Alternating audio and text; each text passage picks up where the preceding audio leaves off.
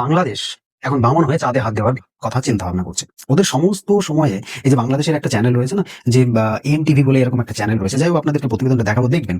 তো ওরা কি বলছে, ওরা সবসময়ের জন্য একটাই কথা বলে যে ভারতের এই হবে, ভারতের সেই হবে, বাংলাদেশের এইটা হলো, ভারত কেন জ্বলে পড়ে মরছে। দেখুন, বাংলাদেশের কি হলো না হলো তাতে ভারতের কোনো যায় আসে না, কোনো রকম চিন্তা ভাবনা ভারত এই নিয়ে করেও না। কিন্তু কথা হলো কি জানেন তো, কথা হলো এই বাংলাদেশের সারা জীবনে কোনোদিন শুধরাবে না। আজকে তো রিসেন্টলি একটা প্রতিবেদন দেখলাম, সেই প্রতিবেদনে ওরা বলছে যে চীন থেকে নাকি বাংলাদেশ একটা নতুন 4.5 জেনারেশনের ফাইটার জেট, তারা কতগুলি ফাইটার জেট নেওয়ার জন্য কথাবার্তা চালাচ্ছে।